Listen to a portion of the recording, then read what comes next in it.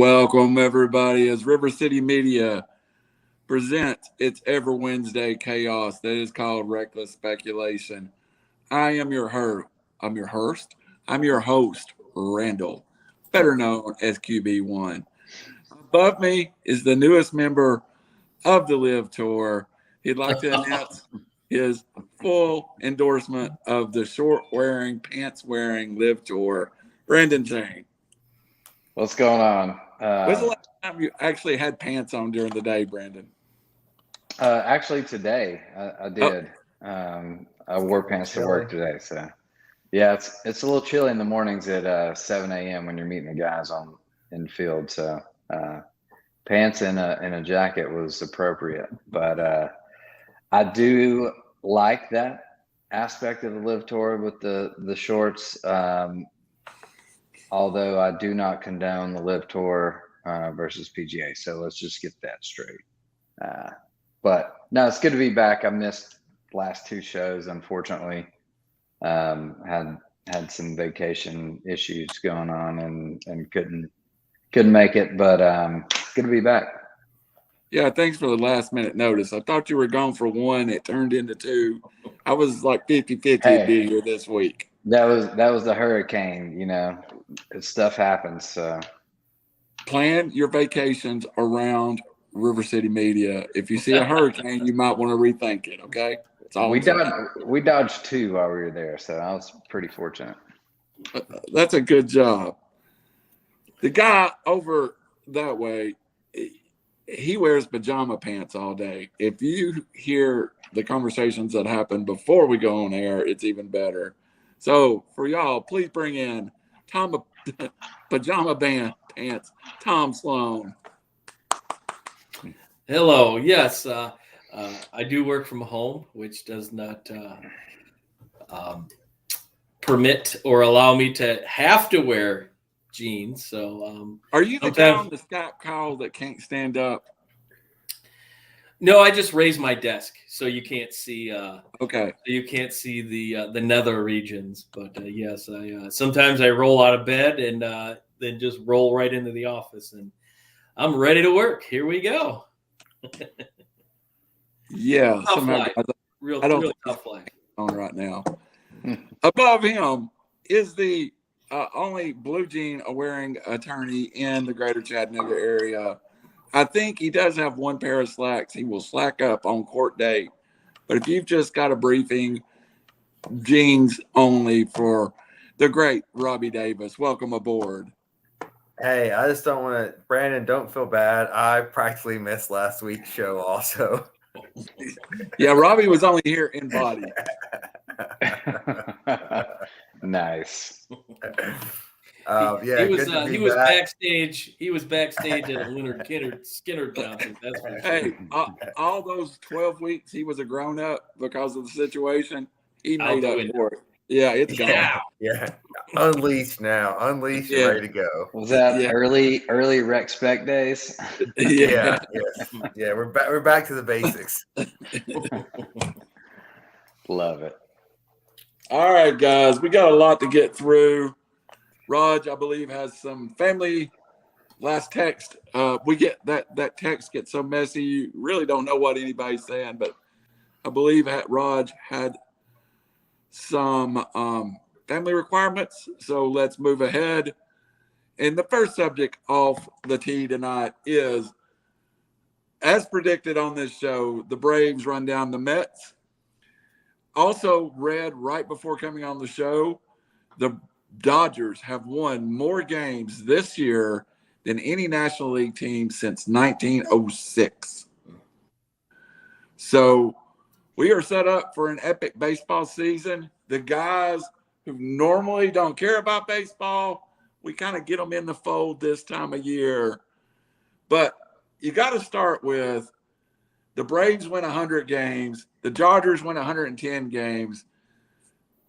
The only storyline at the beginning of the year was Freddie Freeman, Matt Olson. What would the Braves and Dodgers do without these two important cogs, or with these two important cogs? Tom, in the long run, if you win 100 baseball games and the other team that signed him won 110, it worked out pretty much on both sides. Matt Olson hits 240, but almost 80 extra base hits. Freddie Freeman has a very Freeman-like year, hitting 320 with about 60 extra base hits, 65 extra base hits. So what the Braves lost in average, they picked up in, power. So how would you judge this looking back, Tom? Freeman to the Dodgers, Matt Olson's to the Braves, basically. I think if for a Braves fan, I think you look at losing Freddie Freeman. He's the face of your franchise, even though you had Acuna, but that was a big loss. But then you throw him in the mix in the Dodgers, and he kind of gets lost in the mix. He does with a lineup that's just ungodly talented. But he carries the Dodgers quietly, and I think that's Freddie Freeman's MO. He's quiet. He's just a quiet leader. He's not flashy, and that's why I really thought that he fit in well with the Braves, because the Braves are an organization that nobody's bigger than the next guy, and it's a team effort. And so you look on paper, it's a big loss for the Braves, but then you throw in the mix, they get Harris. They get these young guys that come up. They lose their second baseman for most of the season. Albies has missed a large chunk of the year, and Ronald Acuna missed most of the first 2 or 3 months of the season. Right. And the Braves did nothing at the trade deadline, but what they did do was bring up the National League Rookie of the Year, the National League Pitcher Rookie of the Year. Maybe the Cy Young. This incredible minor leagues. Well, I think they believed they already had the pieces in place to stay afloat, we'll say. And maybe the Mets peaked a little bit too early, but looking at last year, the Braves won a World Series, team baseball in solid pitching. And I think they're a young team, and they're doing the same thing this year. They have the ability, they have the pitching and the experience going through. So losing Freeman, it's a big deal, but it gave others the opportunity. I don't think Matt Olson had to do exactly what Freeman did. He did, the previous years with the Braves. But again, Freeman going to the Dodgers, he just kind of fits in, and he's one of the guys, and he doesn't have to be the superstar. That's what you kind of narrow it down to.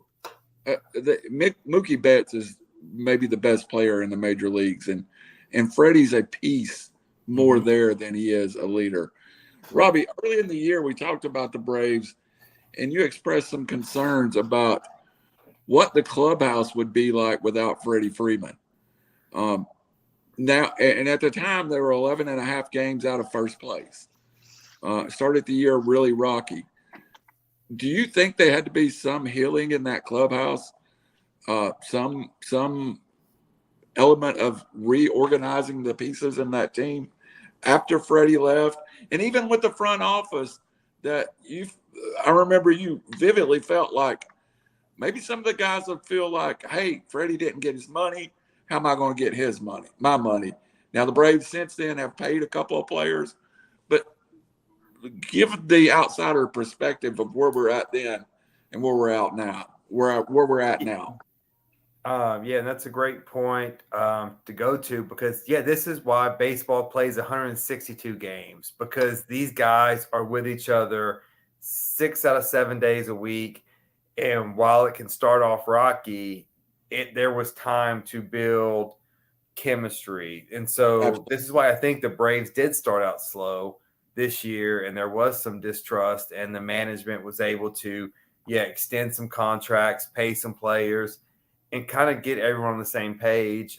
Credit to the Braves organization for that, because obviously that they won the division the 5th year in a row, and they've got something going, and it's they've won one championship, but it's that you don't want to say necessarily throw out the Patriot way too often, but it's that kind of, hey, let's get rid of people before it's necessary in order to reload. And so maybe that's the culture Atlanta's trying to build here, because they're not huge spenders, but I mean, it's a huge market. And I saw someone on Twitter being like, oh, I think it was Stuart Mandel, and sorry if it wasn't him, but I think it was him, saying like, oh, I've seen like Braves fans come out of the woodworks from all over the country. It's like, well, yeah, like you forget when our generation was growing up, it was Cubs and Braves. That was the only two teams on TV. And so, yeah, you're going to be one of the, like, at least maybe you're not fans of those two teams, but you remember those two teams growing up. And so, yeah, so I thought it was a very stupid comment by him. But going back to your question, I think the break, like that, this season, this length of the season, which is too long in my opinion, but it has allowed the Braves to, the players to trust the management, and management to trust the players. And they got the right fit at manager. Yeah. He's a no-nonsense kind of a guy. He fits the mold. Yes, well, he does. I think your point, and Brendan, I'll come with a question off that, is the Braves have a young superstar, Austin Riley, who is slowly becoming the Freddie Freeman of this team. They went out and gave him a 10-year contract. The ugliness of the Freddie Freeman firing his agent, that could have blew up in the Braves' face. That could have blew up in the Dodgers' face. But both organizations kind of managed that situation, and like the noise died after the first 6 or 8 weeks of the season. Yeah. I mean, these are professionals here. Now, when it first happened, everyone was all upset about Freddie Freeman, the deal, and then, all the hearsay, and then the truth comes out that, he didn't really know what the contract offer was, all that. The Braves are somewhat of a Moneyball organization. They're next man up, and they're looking for leaders within the clubhouse. Now, Freddie was a staple there for sure, and it's unfortunate that it didn't work out, because I think if situations were different with his manager, it probably would have worked out. But and Olsen, I think they got kind of a younger Freeman, got a little bit more longevity out of this player, and I think look at where they're at now. They just won the division, so I don't think it was necessarily a step back. And within that organization, the leaders there step forward and show real leadership. So I don't think it was a loss that much, only more in the heart than actually on the field. And I'm looking forward to see what they do in the postseason. So I believe there he is. Perfect timing, Raj. Yeah. I don't know if I want to be on after what I heard that comment. I want to finish with the Freddie versus Matt Olson situation. There is even a lawsuit right now that involves the some of the people from ESPN, Freddie's last agent. I really think both clubhouse did a great job by calming the noise down a little bit before the All-Star break. And I think now we're to the playoffs. The noise is not Freddie's on the Dodgers and Olsen's on the Braves. But if both of those teams get to the NLCS, it's going to be the lead story for several days. So how do you deal with that, knowing that storm is setting out there? I think it's one-sided, and I totally get it. Freddie Freeman was at the Atlanta Braves. He and Chipper Jones and Greg Maddux and Smoltz and Glavine to a lesser extent, and of course going back historically to guys we know about, Hammer and Hank, etc. But I mean, Freddie Freeman, you could argue, is the Atlanta Braves. And in LA, there's not Freeman versus Olsen or anything. You know, it's definitely a one-sided thing, and I totally get it. I think on a level, though, we're going to hear that on network, and we're going to hear that on ESPN. The local level versus I'm afraid it might override the series the third time if both of them get there. You know, 3 times meeting in the NLCS back to years. That's really the story, don't you think? You know, from the Atlanta side, yes. Again, it's if you're just going player for player, it's not even close. Freeman is exceptionally better. He was hitting 100 points higher than the guy up, a couple of weeks ago. Olsen had an historically awful September, and Freeman probably would have won the batting title and should have, but the Dodgers haven't had a meaningful game in a month. And since then, McNeil was able to creep in. Olsen's a fine player, don't get me wrong, but the comparisons need to stop there in terms of first base with the Atlanta Braves. And yes, you're absolutely right. In Atlanta, of course, you're going to be looking over your shoulder. The guy is the heart of the franchise. He is impossible not to like. He came up as a kid with Chipper and sort of took the reins and won a world championship. And I totally get that side of it. When it comes to baseball, there's not any sides to it, in my opinion. It doesn't mean this team. Let me ask you a question there. Here's the side I would say that the Atlanta front office will say is we extended. We got Matt Olson. We cleared out some of our top end farm system, and we still had Michael Harris. We still have Spencer Strider. We got younger and still won our division. They're probably in the situation they're a year or two ahead of where they should be right now. And that move but it was kind of like an oops. They decided to extend. Correct me if I'm wrong. I mean, they really should have gotten rid of Ozuna, but he's not the issue. Rosario. I mean, anybody that's seen Eddie Rosario knows that was lightning in a bottle. He's a fine player, but for anyone, no one's going to hit 800. Did everyone know that Strider and Harris would be 1 and 2 in the NL Rookie of the Year? No, but they were, and that was like, I know, fine players, but they both arrived sooner than most expected. Vaughn Grissom the same. I think he came back down to earth a bit, but the Braves and Anthopoulos have a phenomenal farm system. So, and I've said this before, that's one reason why they're really dangerous this year, because they paid their dues and they got to the top, and it's really hard to get back there. But the Mets did them a favor, and in some respects, they've been in playoff mode for 2 months. And there's a lot of guys on this team that have never been there, that don't know how good they are, that they're just there to play. Whereas, a bunch of other dudes, and people forget, Acuna's he didn't play. When you add him and, Kyle Wright, certainly, as you've said all year, this is the first time Kyle Wright's been Cy Young Kyle Wright.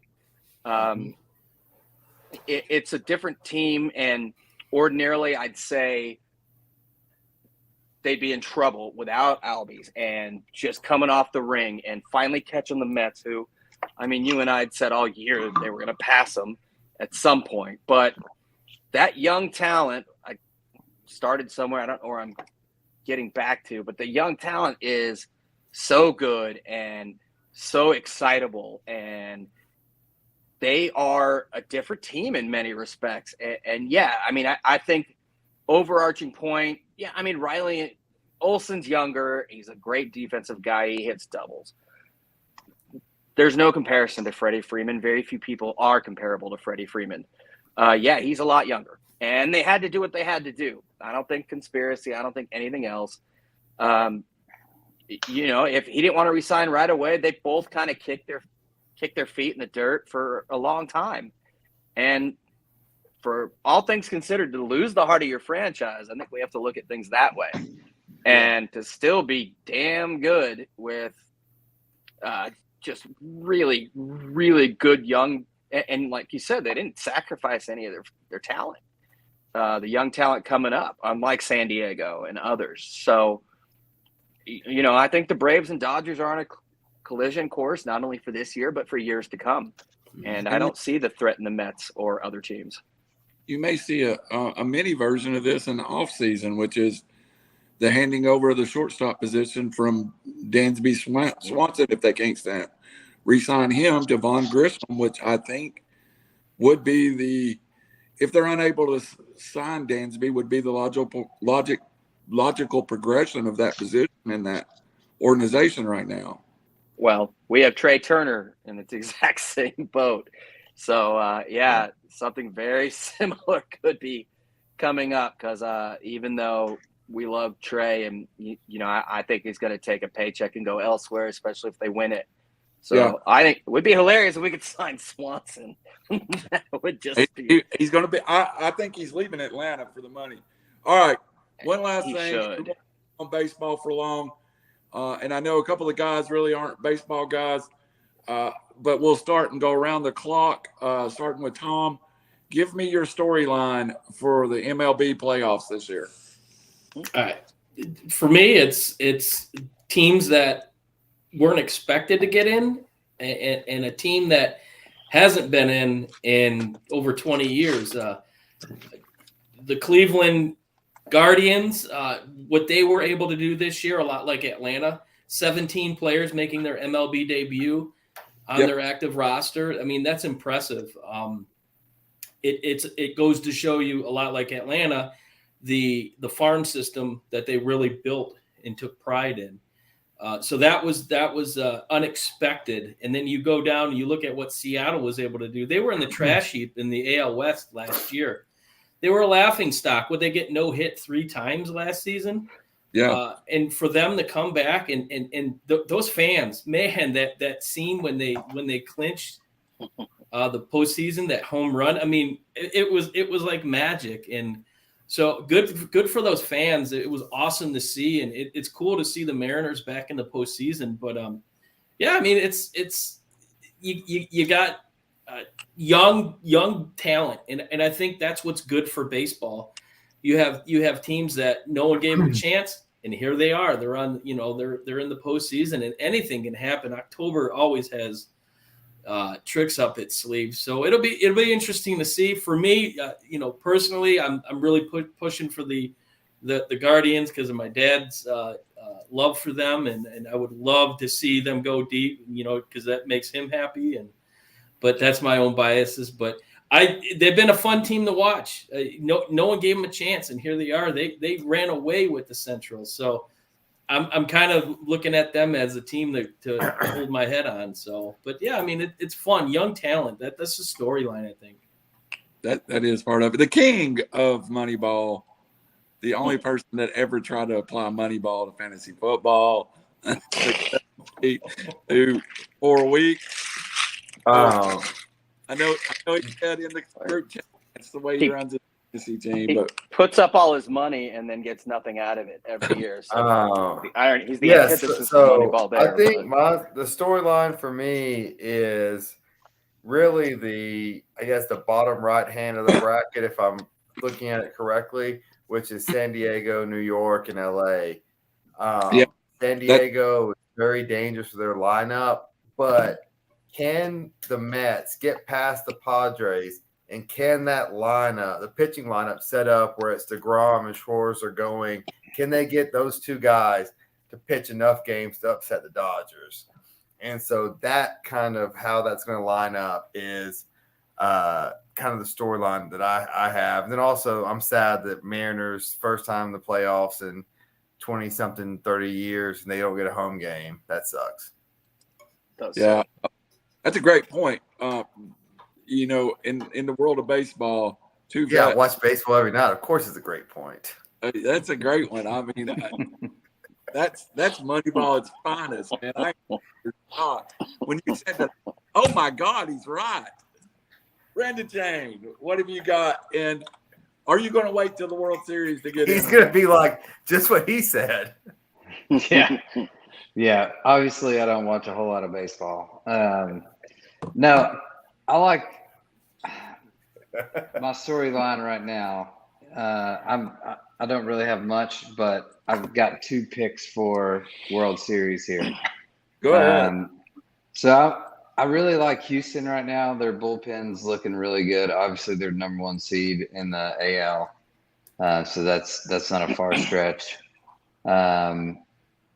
They lead the league in the the ERA, and that's not even close. So it all comes down to pitching in the postseason, and if you've got a good bullpen, you can throw the ball. Chances are good to peak there. Braves are on the same track though. Braves pitching has been outstanding lately.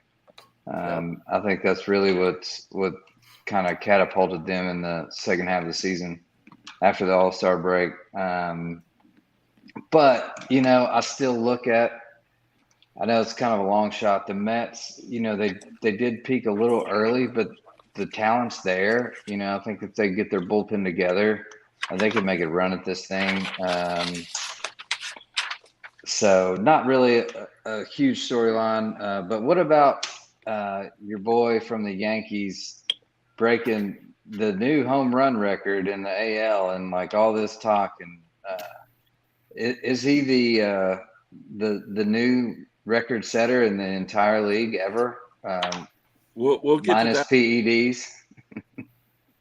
We're going to get that one. We're going to go round table on that one real fast too. You got a great point. All right, Raj, what's your storyline for the MLB? Well, I think by best earned run average and wins, etc., chain meant the Dodgers and not Houston. And in that sense, it's not that close, but no, Houston in the American League is what I believe he was intending to state. I hate those guys with a passion. They cheat and they suck, but they are good. And I'd love to see them face the Dodgers again and presumably not cheat this time because last time they did, and it still went 7 games, and they play in a tin can, and I don't like them. But when it comes to baseball overall, the things that I look at in the postseason are 4 things. Number 1, well, as to the moment, are you hot? Who's hot right now? Last year, the Braves were unconscious. They weren't going to lose no matter who was in their way. 27 Yankees, maybe. I don't know. Number 2, your bullpen. How your bullpen is doing right now throughout the season. There are a few teams. I'm really happy with the state of the Dodgers bullpen right now. It's number 1 in baseball. Houston's got a great bullpen. The Braves do. And that's going to separate some teams. Number 3, can you win on the road? If you look at a team like the Yankees, they are very average on the road. And sure, they win at home and whatnot, but that's not always the case. The New York and Yankee Stadium can turn on you in a heartbeat. Incidentally, the Dodgers, Braves, and Astros, I believe, are the 3 best teams at winning on the road in baseball. And that comes with paying your dues. And that was my 4th thing. And that's, the Dodgers, before they won it all, were there. NLCS, get there, lose. Braves, same thing to the Dodgers. They got over the hump. You've got to pay your dues. And the Mets have not. And other teams have not. And, with this wild card thing, it's justice in the sense that the Braves deserve to win that division. The Dodgers had the best record in baseball. What have you done for me lately? However, it's a 3-game series with San Diego. So we know a best out of 3 that Scherzer and DeGrom have to pitch, which is very big in the start of a next series. There's very little time off. If it goes to 3, there's 1 day off, and then the Mets would play at LA, presuming they win. So, and the other thing too is both are older, long in the tooth, especially Scherzer. Dodgers need him in a game last year to stave off elimination, and he couldn't go. He had dead arm. Then he gets $43 million a year, but I digress. The Braves just smacked him around. Him and Scherzer. They're not unbeatable, and neither have been. Especially DeGrom hasn't been here in a while, so I'm not that scared of them, either of them. I've said the Braves are the biggest threat to the Dodgers. Truth be told, the medical staff of the Dodgers is probably the biggest threat to the Dodgers. That's arrogance, and that's not true because the Braves are a huge threat, and I'm glad we don't have to see them until the NLCS if we get there. But the Mets are the Mets. I know everybody likes their staff, but I don't think they're that great. Bullpen, it's LA and Atlanta. Houston on the other side. Toronto is a team to watch out for me as well. A bunch of eater starters and a lineup that can mash. So those are the 4 teams I'm looking out for. I expect the Yankees to pull a Yankees and fail miserably on the biggest stage and get booed. But yeah, road, bullpen, which the Dodgers are finally really good at that right now, knock on wood. Paying your dues, and are you hot? Those 4 things, watch out for that. Should be an awesome playoffs. I'm gonna stay away from the Braves for a second. And yeah, everybody have your 30-second comment about Aaron Judge. We'll get off of baseball. Remember my meltdown at the trade deadline. The biggest move the Braves made are for Robbie Grossman and for Iglesias from the Angels. Last 30 games, Iglesias, 28 appearances, .034 ERA. Same here with Friedman and Anthopoulos. They share a brain. For us, it was Martin. Cody Martin, he's had like a 1 ERA since he came over here. Tonight he threw 8 pitches, 8 strikes, and struck out 2 guys. Chris Martin, from the Cubs. It's like they know what they're doing, and we're just fans sitting on our couch, like just talking stuff about them, like we know better. Yeah. So Braves, very good. I really like that. I really like 2 of the teams in the wild card round with the possibility of getting to the ALCS. I really love the way the Blue Jays are built. Alex Manoah up front is a inning eater and a guy that you can pitch 3 times in a series and get 3 victories. I really love the Rays just because they've been there, done that, and they have a way of doing it. So I look for one of those 2 to get out of there. Anything less than the Braves versus the Dodgers, I think I'm disappointed. But I wouldn't be disappointed because I don't want to face the Braves personally. But as a baseball fan, yes, they are easily. I think they're the best 2 teams in baseball. It's the best rivalry in baseball going right now. Even Houston could kick rocks. Yeah. I am very confident I could not name one player on Tampa, Cleveland, Seattle, or Toronto. I'm very confident in that. Stephen Kwan, baby. I second that notion. Hey, Vlad Guerrero, dude, he had a kid. Just say junior for like players you remember 20 years ago, and you're good. Toronto might have, especially with Toronto, the best group of 20-something players in major leagues.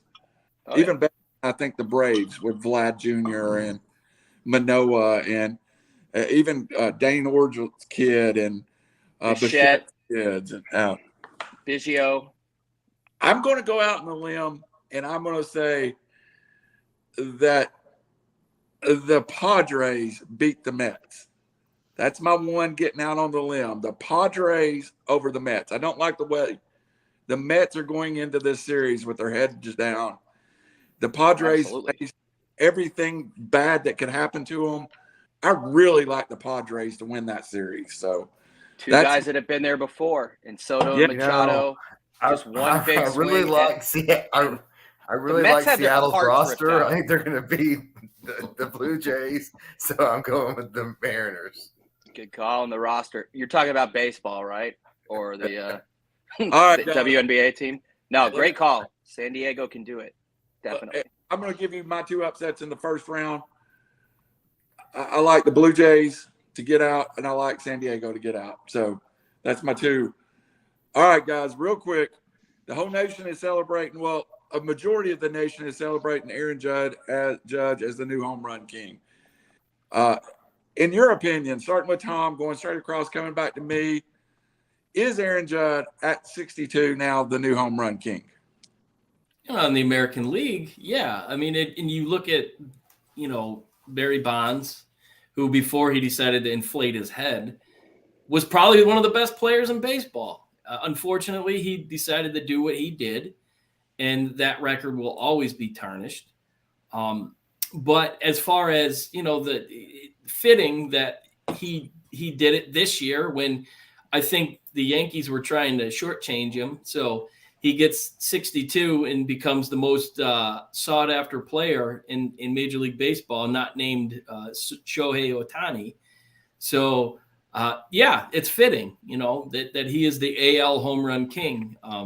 But good for him. He's a good guy. It's hard to bet against him. I like him. He's got good character. He's not your prototypical Yankee in a sense that he kind of goes about his business every day. He's not flashy, but good guy, good for him. He's the AL home run king. Robbie. Lawyers aren't great at math, but yeah, pretty sure 73, 70, 66, 65, 64, 63 are above 62. So this is a stupid conversation. Look, you can say people may have cheated, but look, people are cheating in bass fishing tournaments. That's the name of the game. Like, you don't think, like you think all these players are out here just on natural ability? No, everyone's getting an edge. He was waiting for that one. That's a pretty crappy rationale. It's a stupid argument. Look, numbers and numbers. Hey, that rationalization MLB wanted this. bad, MLB dude. got it. He's the seventh? Great. It was a hell of a season. He almost won a Triple Crown. One of the best batting seasons ever. But no, get out of here with this home run stuff. All right, Shane. I have a feeling you're going to get a different opinion in the bottom row, but that's too basic. That's fine. Y'all are old. Shane. Yeah, AL king, sure. Home run king all time. No, look at this guy. I'm not speculating he's on steroids by any means. He's like 6'7" and whatever. This dude's a monster. But he's had a fantastic season. Let's not negate that at all. It's been fun to watch and a little under pressure. 2 games to go, and had to hit another one. So that was pretty odd. Didn't they sit him tonight? Yeah, he chose to sit. Okay, his choice. What's up with that? Like, he was tiring, dude. He's been over swinging and swinging left and right every at bat for like. Wasn't he like? They made drug test players that are active. I think they don't know what's going on. No, not to take anything away from him. This was a fantastic season, one of the best we've seen in a long time, maybe since I can't recall, like 2010, maybe. But not to interrupt, but we have Albert Pujols coming out of nowhere, also just slant like. Yeah, kind of reminds me of something in 1998 that I saw. What was a little McGuire Sosa? You were like 3, dude. Back and forth. Yeah. But look, congrats to him. Hats off. Is he the forever, like, in my mind, MLB home run king? 73 is greater than 62. All right, Rod. So tough to argue with that rationale and those rationalizations. I stress. Yeah, that's more in the other. The numbers are tough. Math is hard. Wife, Math is hard. If I cheat on mine, everybody's doing it, so it doesn't matter per se. Home run king is a term or phrase, rather, that's intended for this type of situation where talking heads, some of which aren't sure what they're talking about, no names, can just go ahead and say something like that and come up with a blanket rationalization. I don't even know what home run king means. For me, when it comes to sports or things that I respect, it's just that respect. I assure you, anybody that knows baseball, not saying anybody else doesn't know baseball, most people I know that follow baseball consistently and know the game, and I'm not going to say play the game because I didn't exactly win any rings in my younger days of my professional career. Maybe an AA, but no, those are chips. See, I suck at that too. But anyways, the point is, we just don't respect. It's like the Astros. Yeah, they won. Do they have a ring? Yes or no? Yes, they do. It exists. Do I respect it, or does anybody that I know that follows baseball respect it? No. Sure, we can make the argument. It's not even an argument. The line of thought that, hey, yeah, everybody was cheating back then. So was baseball. They were making their money. Doesn't mean I have to respect it. To me, I don't respect Bonds, McGuire, Sosa, blatant cheaters. To me, I don't use the word king. Do I respect this as the mark that I acknowledge for a single season, provided he is not juiced up? And I mean, he's already been a gigantor since he was like 11. So I don't know, maybe he took HGH then. And if so, if that came out, then no, I wouldn't honor it. But overall, it's a matter of respect. I don't care what's more or less. To me, this is the single season number that I respect the most. That's the bottom line. So I am a baseball guy. I consider baseball my second favorite sport. Those numbers are ingrained in my head. I know Roger Maris hit 61 in 154 games in 1961. I know that to the day I die. I know 714 was Hank Aaron's number. I know 755 was, 714 was Babe Ruth's number. 755 is Hank Aaron's number. 2289 is Hank Aaron's RBIs. 4256 is Pete Rose's all-time hit record. Baseball takes a little different swing at individual records. I think it's much more important. So for me, what just accomplished was record-breaking. Is it the all-time home run? No, 73 is more than 62. But when I talk about great home run years, 62 will be there. 73 is there, but with an asterisk. That belt, we all know Belko existed. We all saw it. So 61 in 154 games, that's still special to me. Nobody's ever done that. I don't want to. Major League Baseball acknowledges I don't want to blow you baseball guys' minds with math, but who won more Super Bowls, Montana or Brady? Brady. Okay, and who's suspected of cheating? Brady. Okay, and so this is proven. So we're doing mental gymnastics now? So that doesn't count? Proven. Yeah, baseball acknowledges as much while being wussy. Oh no! Documented fact, he has cheated. No, I don't even remember Brady cheating. Oh yeah, absolutely did. Oh, you don't remember Brady cheating? You don't remember the Patriots cheating with Spygate and Deflategate? It's a bit different.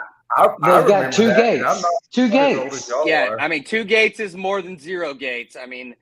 I am not a great Indian. I don't want to blow your hypocritical minds, but yeah, if you're gonna say, I don't think you have any. Don't worry, you're not running the risk of blowing anyone's minds with your line of thought.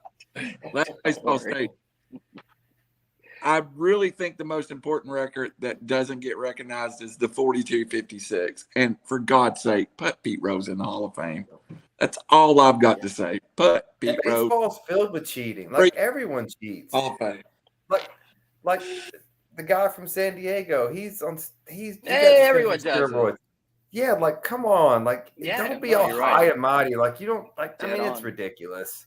You should a whole statement before you went and mixed your drink. And how effective is that as your closing argument? No, I was listening. Everyone commits murder. I'm fancy. I got Bluetooth on. I got Bluetooth headphones now. I was listening. All right, let's move on. Moving on. Walkman. He knew that was coming. That's Randall's fault. That is, every time we talk baseball, it breaks down into a 40-for-all. It's like World Wrestling Entertainment. It's really stupid. It's a video game. Yeah. We're going to move on to college football for the last 45 minutes of this, and we're going to touch on the NFL real fast. Alabama, Texas A&M, what we thought would be the game of the year is not the game of the year. Texas comes into the game stumbling, bumbling, fumbling. After spending more cheating. $1 billion on the number one recruiting class of all time. also coming into Knoxville and getting a once-in-a-lifetime player out of Knoxville and Walter Nolan. Texas A&M now goes to Alabama. I think the storylines are multiple, but the one I want to discuss and I want to get your opinions on is the new off of Jimbo Fisher, and is this great class now even a bigger thorn in his side if they continue to stumble? Tom, start with you. Alabama, Texas A&M, Jimbo Fisher. What do you think? Well, I think this proves that NIL isn't exactly what a lot of people thought it might be. The more money you spend doesn't always equate to production on the field. And I think for me, it's how much of what A&M did putting out, the money, the endorsements or whatever, how much does that entitle these kids to really think that I'm already a millionaire? Do I have to go out and bust my tail on the field every week? And is that the type of player they brought in? If you look at that situation, Jimbo Fisher is not the coach that's going to wipe that attitude off of these kids' minds. Now you flip the switch with Saban. Saban ultimately embraces NIL, which you have to in this day and age, whether you like it or not. But he also is the type of coach that he expects accountability. And if you're not playing, he's going to replace you.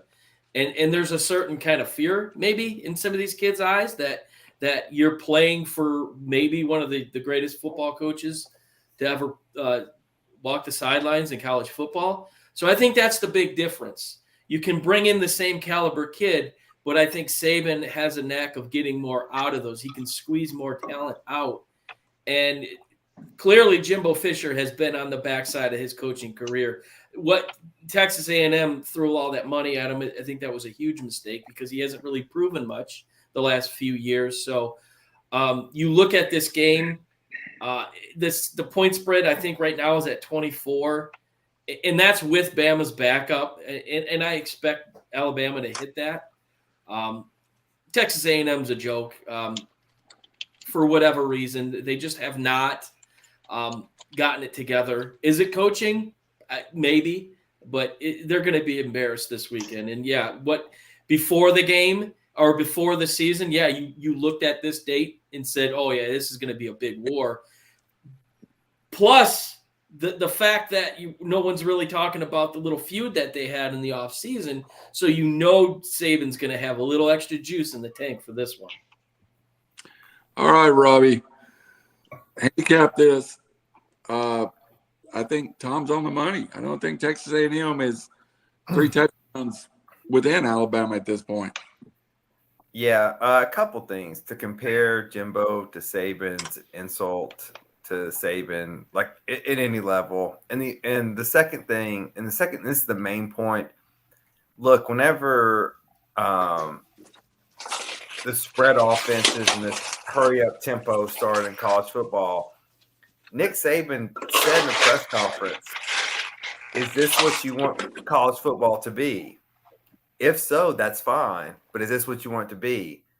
And I think he echoed the same things with this NIL thing. Is this what you want it to be? It's fine. But and he's dominating. Like he just stays ahead of the curve, whether it's, fast-paced offense, NIL, facilities, like they just keep rolling. And I think they're going to roll A&M. For Jimbo's sake, dude's got a $95 million contract, and I can't imagine, you wouldn't even, I couldn't even imagine any pressure if I was guaranteed $95 million. But if he loses this game, that schedule gets harder and harder, and you're looking at 7-5, 6-6, and that's a tough pill to swallow. And I know people are rich in Texas, but that's still a big buyout. But that seat's getting a little, not necessarily warm, but uncomfortable.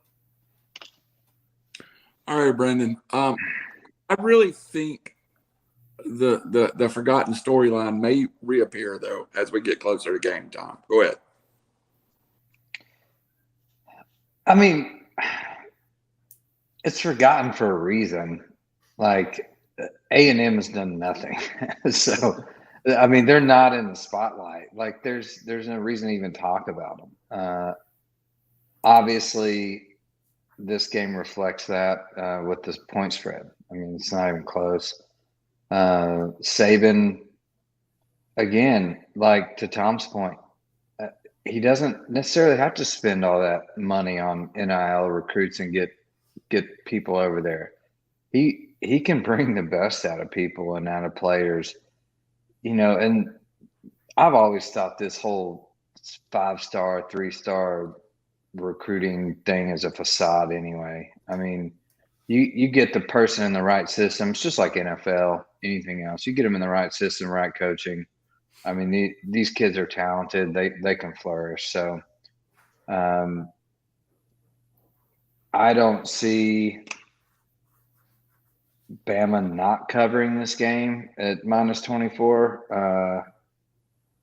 It would, put a smile on my face a little bit. I'm not a huge Bama fan, but just with all the money that Texas spent on this NIL, maybe that'll put a little bit of a stop to it. Kind of like the whole Browns paying Deshaun Watson $230 guaranteed for like nothing. I kind of equate that to this situation. Like if we can just put a stop to that real quick, it will bring everyone back down to earth, and we can all get back to just playing football. All right, Raj, you got anything to add to this? Is it just noise, or do we just need to look at it and move on? That's quite suggestive, and you're right. It's kind of funny though. It's like Kiffin. Kiffin came to Tennessee. He wasn't dumb. He started calling out all the big dogs just to get Tennessee talked about. And that's kind of like what happened here with Jimbo. He could have let things go. Obviously, Saban misspoke. He decided not to. He decided to put himself in the limelight.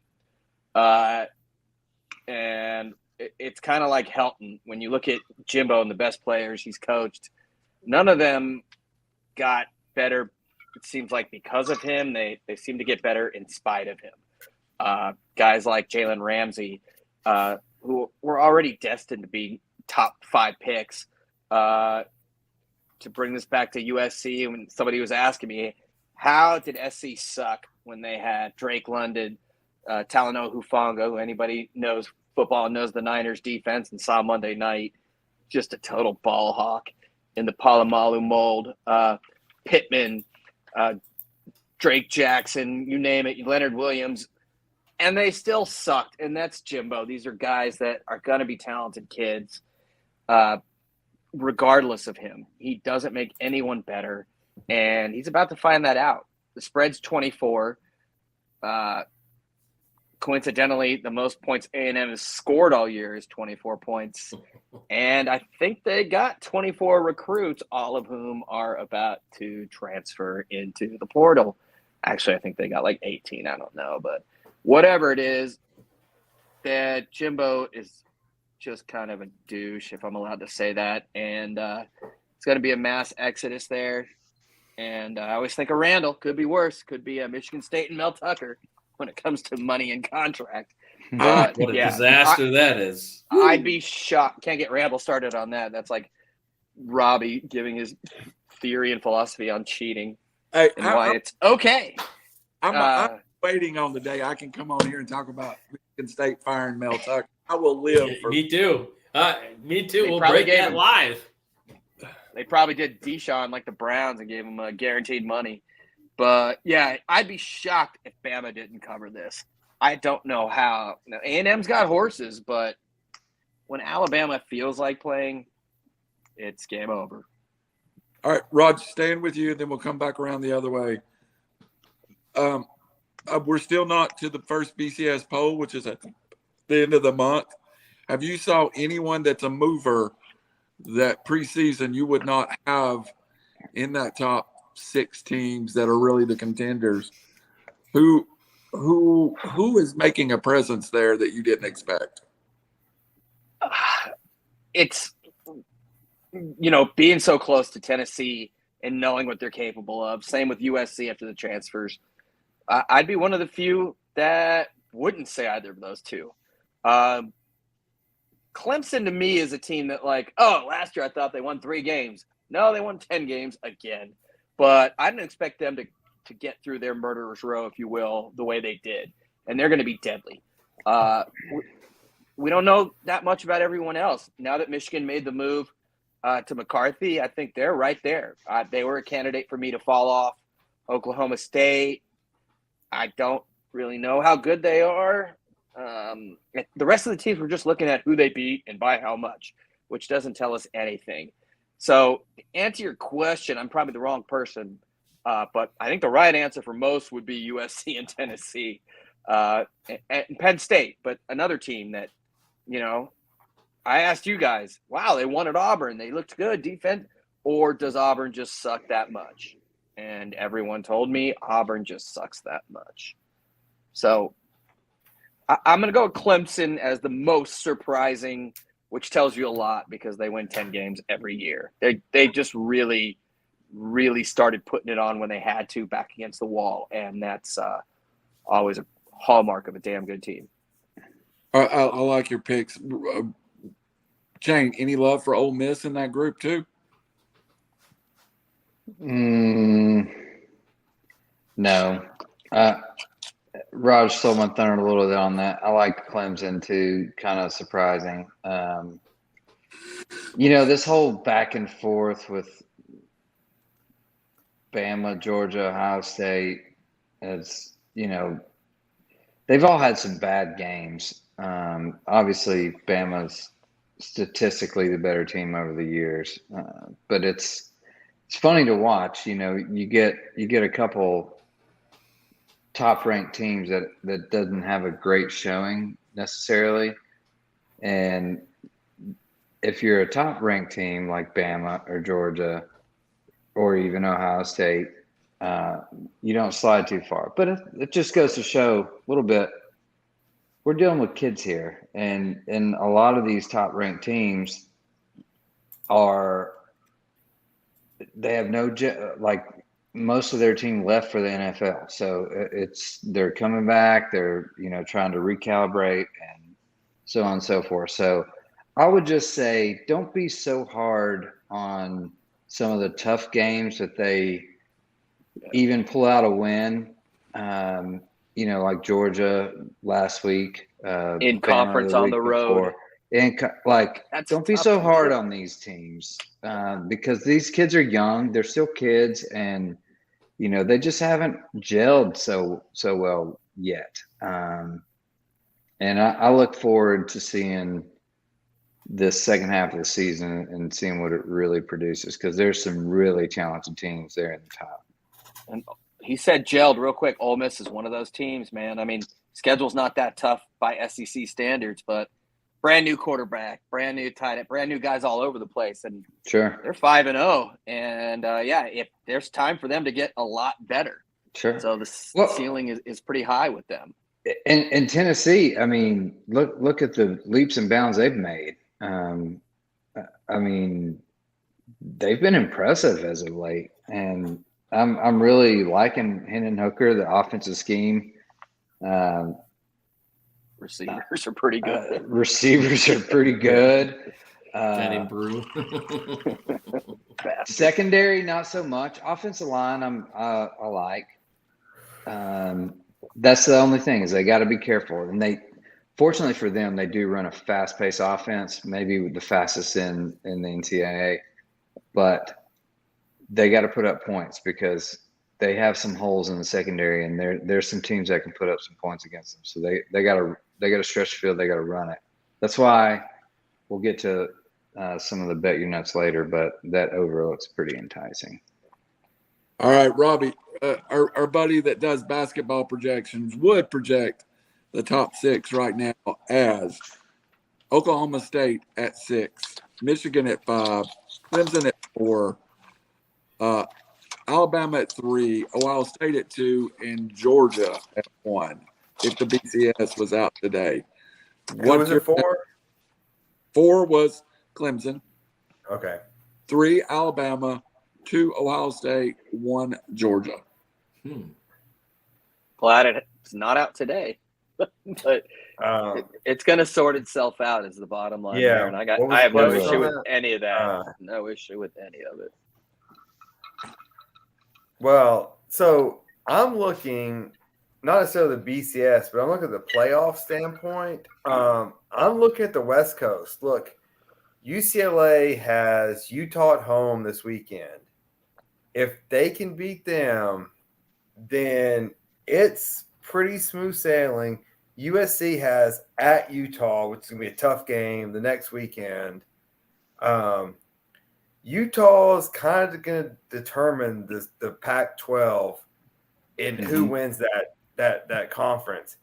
And whoever wins the Pac-12 is going to be sitting there kind of idle as the Big Ten and the SEC eats themselves apart. And I think Clemson, I still think they're going to get tripped up somewhere. I just don't. They just didn't look great at home against NC State.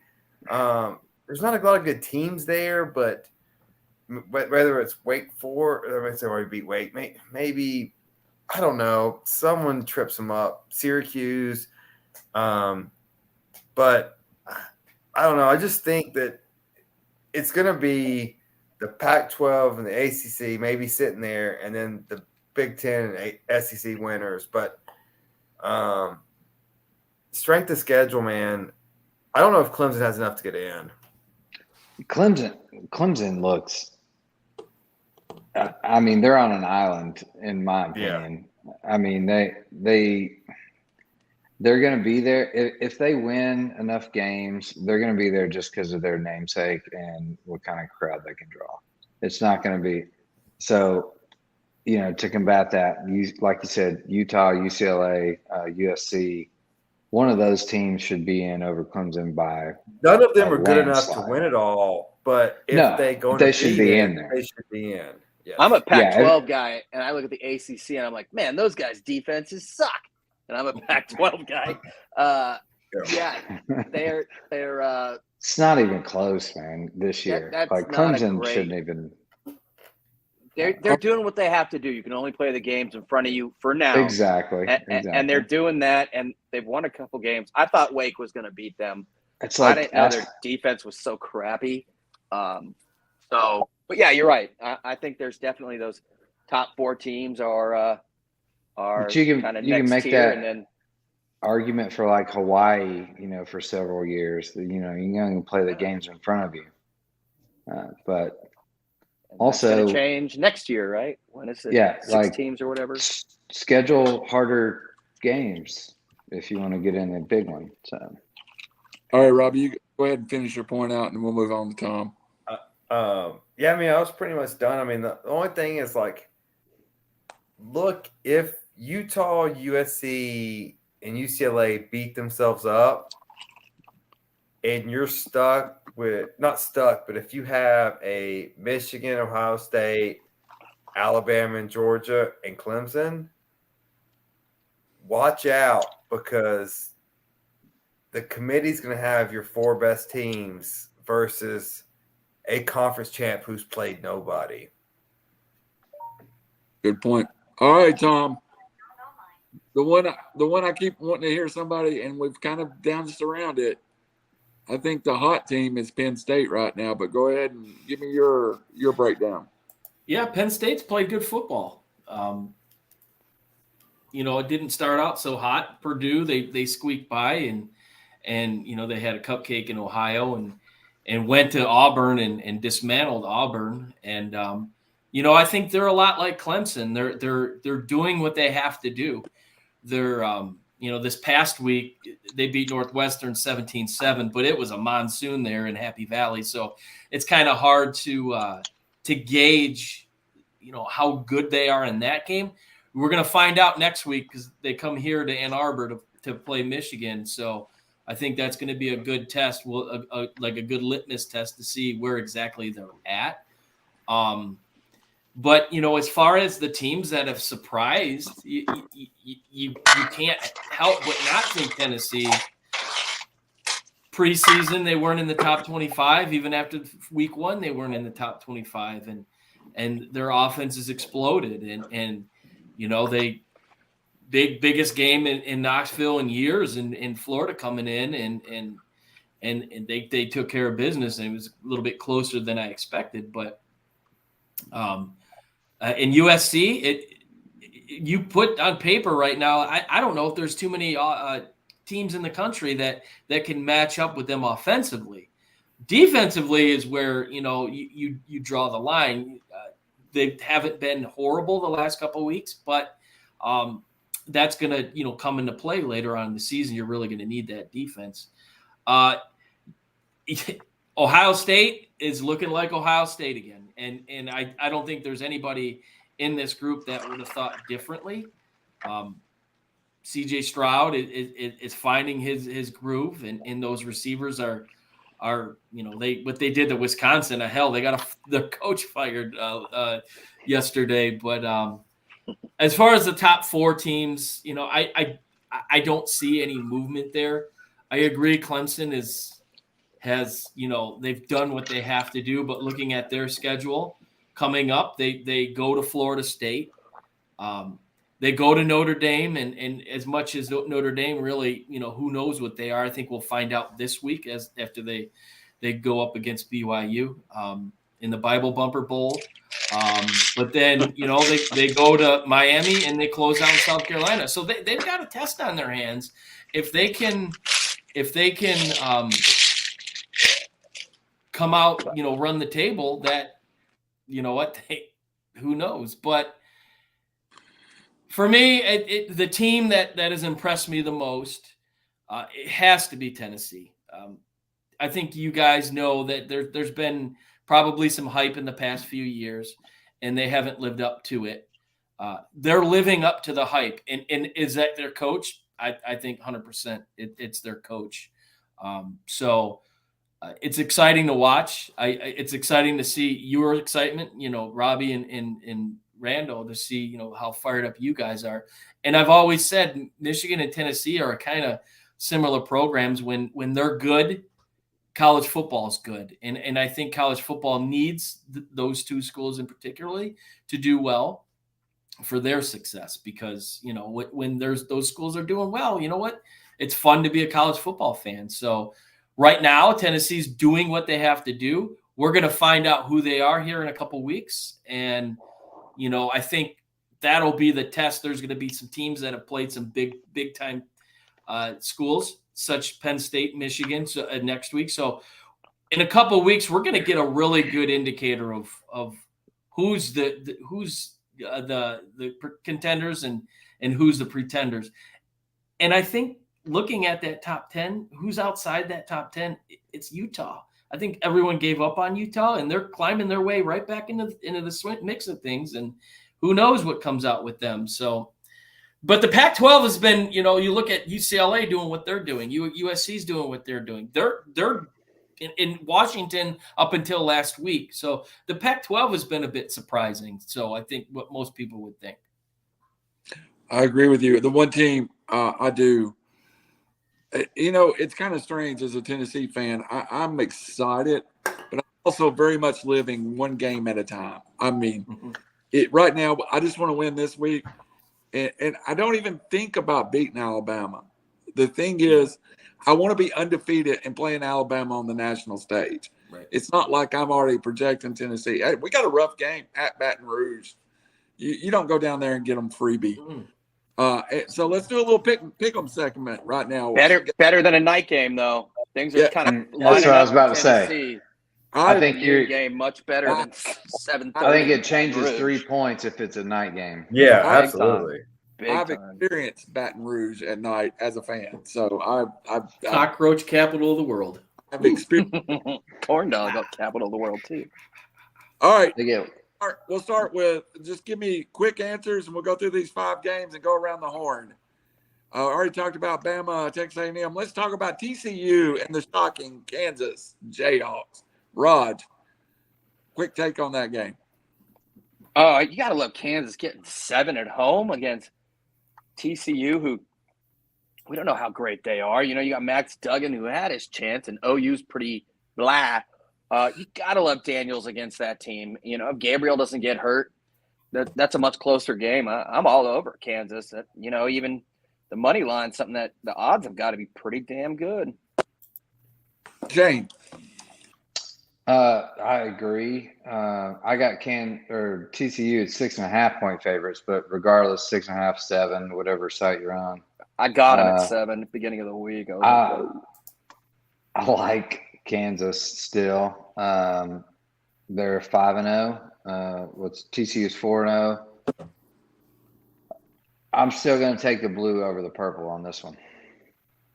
Robbie. To borrow a phrase from Lee Corso, not so fast, my friends. Kansas honeymoon dies. TCU goes into Lawrence on game day. They choke under pressure. TCU wins. Do they cover? Yeah, they're gonna win. When was the last time Kansas was 5-0? Yeah, but they're getting 7 points. That's the question. TCU can win. I just want Kansas. Oh, TCU's favorite. Oh God, yeah, by 7. Cover. Yeah, by a full touchdown. I've been gambling on women's basketball. I'm not degenerates like you guys looking ahead. I like the points. Good points. All right, Tom. Yeah, I think this week, like Robbie said, I think the honeymoon's over. I think the lights might get a little bit too bright. They squeaked by Iowa State by a missed field goal. Gotta love their story though. There was a pregame expose on game day about how Kansas is now the fans they're selling out. It's exciting. It's good to see a lot like App State down there in Boone. But I do think Kansas will cover this game, but they'll lose. And Leopold's going to be distracted. He's looking at Wisconsin and Nebraska. It's 68.5. 60 though. 68.5 is a huge number. So give me Kansas to cover, TCU to win, and take the under. So I have a quick story, and then we'll pick up at UCLA, Utah with you, Tom. As most of you know, I worked for Rivals in the recruiting department for a while. My craziest story I have in that position was we had a kid that Rivals were tracking, fax his letter of a letter in on signing day to Kansas without ever visiting Kansas, and him and his whole family thought he signed with Kansas State, and he'd signed with the University of Kansas. True story, huge story. And to this day, it may be the dumbest thing I've ever heard in recruiting. Tom, UCLA, Utah, you've already talked about it. Are we looking past Utah? Well, I mean, they're climbing. They're making their way back in. UCLA is a good story. I think they might actually put 40,000 in the Rose Bowl this weekend. But this is a Cam Rising coming out party. He's going home to play. I think this is the game where the naysayers after that bad loss in Florida, people start talking about Utah again. Give me what do we have here? Utah's favorite 3. Give me Utah all day. That over under is. Give me the over. This could be a score fest. Give me the over. Good. All right, Robbie. Which one are we talking about? Utah, UCLA. So I think we're straight on. Even though it's at the Rose Bowl, there's gonna be a lot of Utah fans here. I've doubted UCLA a lot this year. I'm gonna keep doubting them.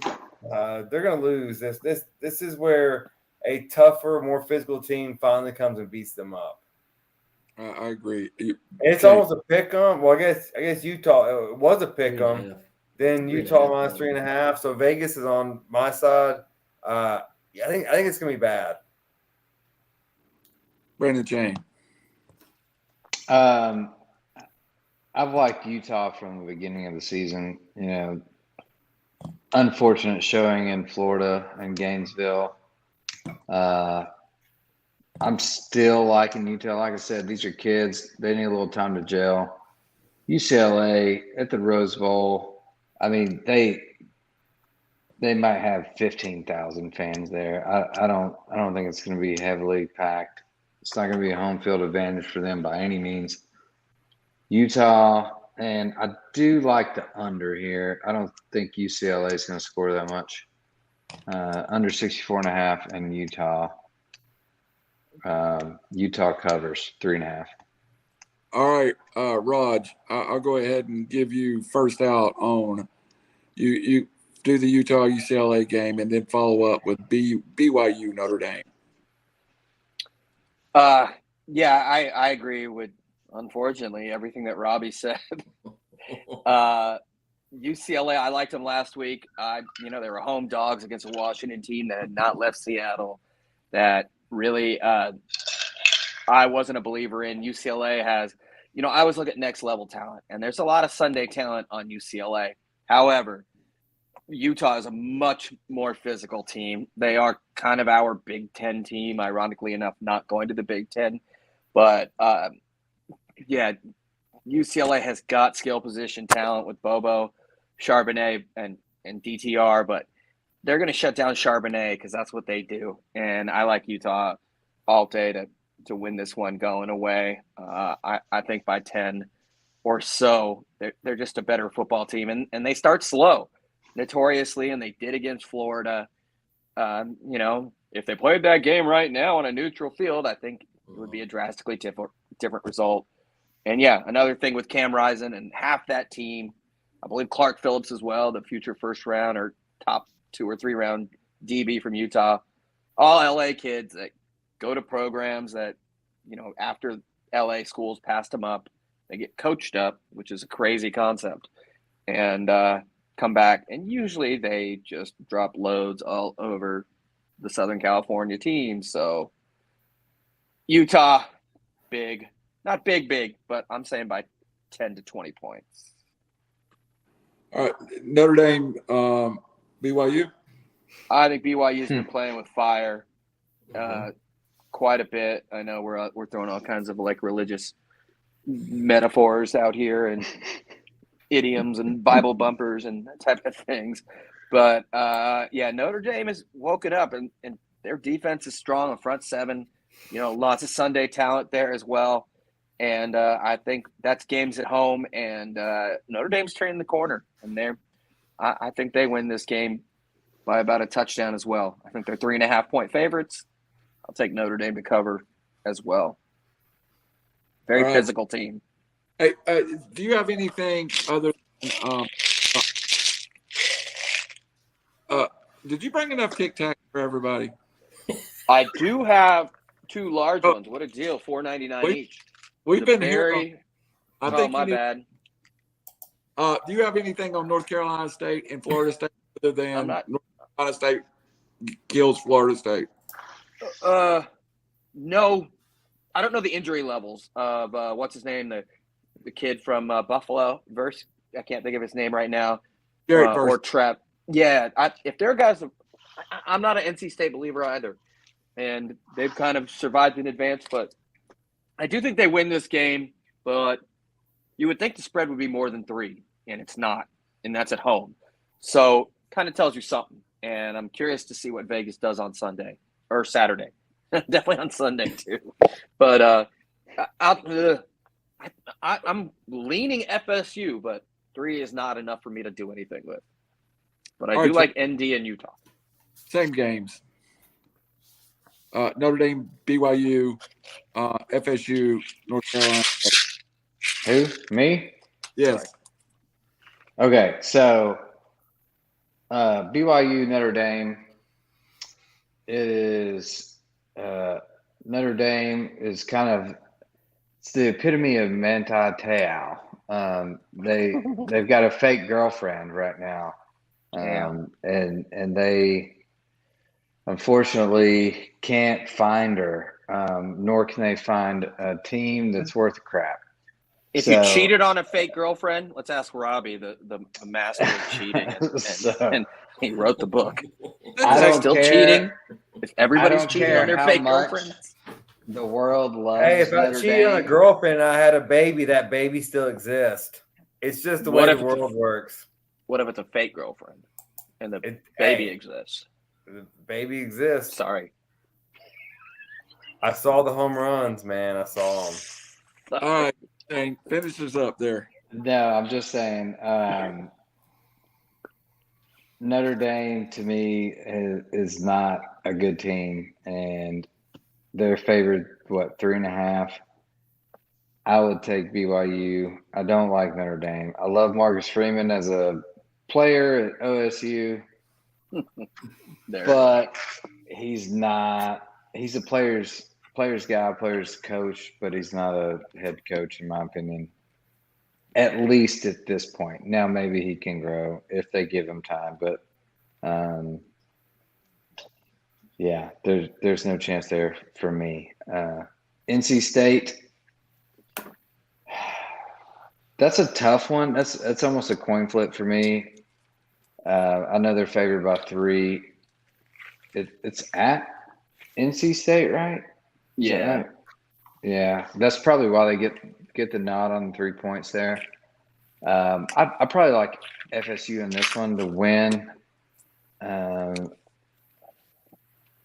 I'll leave it at that. Yeah. Not much else to say about that game. All right, Rob. What's that? BYU, Notre Dame, FSU, North Carolina State.